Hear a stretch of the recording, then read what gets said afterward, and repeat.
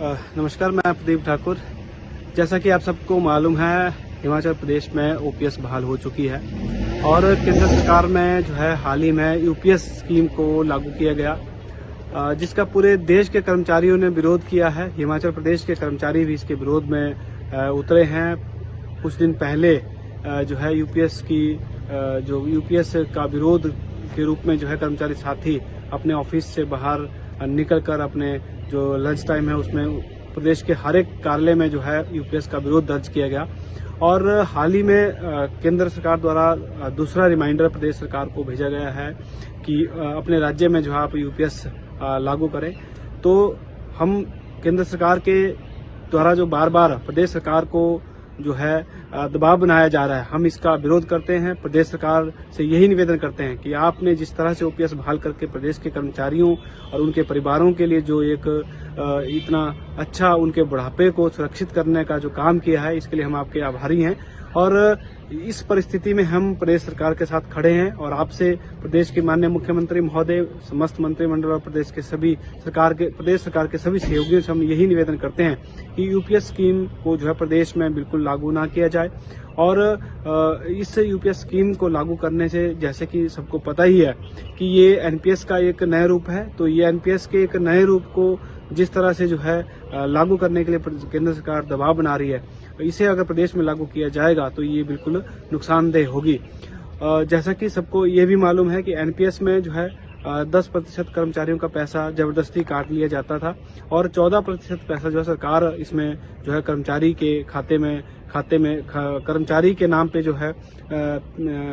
ये जो केंद्र सरकार के अधीन पीएफआरडीए है, ये एनएसडीएल के माध्यम से मार्केट में ये पैसा लगता था। अब ये पैसा 14% से बढ़कर जो है वो 18% होने वाला है, जिससे सरकार के ऊपर और बहुत ज्यादा जो है वो बर्डन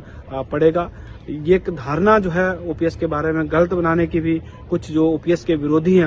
वो इस तरह की कोशिश कर रहे हैं। तो मेरा उनसे भी यही निवेदन है कि अगर आप सचमुच प्रदेश हित में सोचते हैं, अगर आपको लगता है कि जो है आप प्रदेश के बारे में ये सोचते हैं कि प्रदेश आगे बढ़े, तो ये जो एनपीएस और यूपीएस पेंशन स्कीम है कर्मचारियों के लिए, ये बिल्कुल प्रदेश और देश के जो है देश और प्रदेश के जो है जो खजाना है वो उस खजाने को खाली करने वाली स्कीमें हैं। क्योंकि जो भी पैसा सरकार के द्वारा कर्मचारियों के नाम पर जो है केंद्र सरकार के अधीन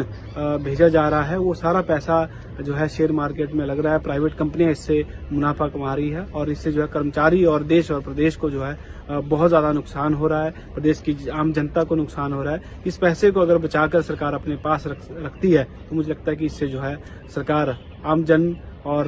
विकास के काम में जो है वो उसका सदुपयोग कर सकती है। धन्यवाद। नमस्कार, मैं प्रदीप ठाकुर। जैसा कि आप सबको मालूम है, हिमाचल प्रदेश में ओपीएस बहाल हो चुकी है और केंद्र सरकार में जो है हाल ही में यूपीएस स्कीम को लागू किया गया, जिसका पूरे देश के कर्मचारियों ने विरोध किया है। हिमाचल प्रदेश के कर्मचारी भी इसके विरोध में उतरे हैं। कुछ दिन पहले जो है यूपीएस का विरोध के रूप में जो है कर्मचारी साथी अपने ऑफिस से बाहर निकलकर अपने जो लंच टाइम है उसमें प्रदेश के हर एक कार्यालय में जो है यूपीएस का विरोध दर्ज किया गया। और हाल ही में केंद्र सरकार द्वारा दूसरा रिमाइंडर प्रदेश सरकार को भेजा गया है कि अपने राज्य में जो है आप यूपीएस लागू करें। तो हम केंद्र सरकार के द्वारा जो बार बार प्रदेश सरकार को जो है दबाव बनाया जा रहा है, हम इसका विरोध करते हैं। प्रदेश सरकार से यही निवेदन करते हैं कि आपने जिस तरह से ओपीएस बहाल करके प्रदेश के कर्मचारियों और उनके परिवारों के लिए जो एक इतना अच्छा उनके बुढ़ापे को सुरक्षित करने का जो काम किया है, इसके लिए हम आपके आभारी हैं। और इस परिस्थिति में हम प्रदेश सरकार के साथ खड़े हैं और आपसे प्रदेश के माननीय मुख्यमंत्री महोदय, समस्त मंत्रिमंडल और प्रदेश सरकार के सभी सहयोगियों से हम यही निवेदन करते हैं कि यूपीएस स्कीम को जो है प्रदेश में बिल्कुल लागू ना किया जाए। और इस यूपीएस स्कीम को लागू करने से, जैसे कि सबको पता ही है कि ये एनपीएस का एक नया रूप है, तो ये एनपीएस के एक नए रूप को जिस तरह से जो है लागू करने के लिए केंद्र सरकार दबाव बना रही है, इसे अगर प्रदेश में लागू किया जाएगा तो ये बिल्कुल नुकसानदेह होगी।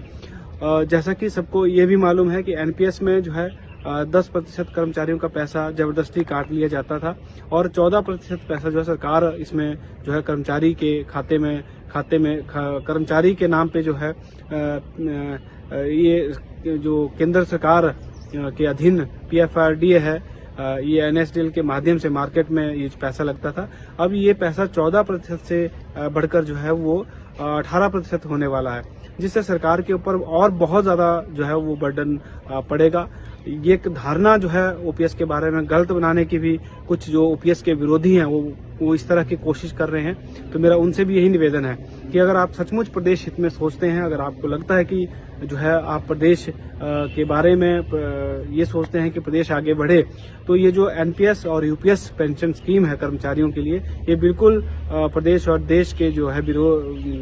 देश और प्रदेश के जो है जो खजाना है वो उस खजाने को खाली करने वाली स्कीमें हैं। क्योंकि जो भी पैसा सरकार के द्वारा कर्मचारियों के नाम पर जो है केंद्र सरकार के अधीन भेजा जा रहा है, वो सारा पैसा जो है शेयर मार्केट में लग रहा है। प्राइवेट कंपनियां इससे मुनाफा कमा रही है और इससे जो है कर्मचारी और देश और प्रदेश को जो है बहुत ज्यादा नुकसान हो रहा है, प्रदेश की आम जनता को नुकसान हो रहा है। इस पैसे को अगर बचाकर सरकार अपने पास रखती है तो मुझे लगता है कि इससे जो है सरकार आम जन और विकास के काम में जो है वो उसका सदुपयोग कर सकती है। धन्यवाद।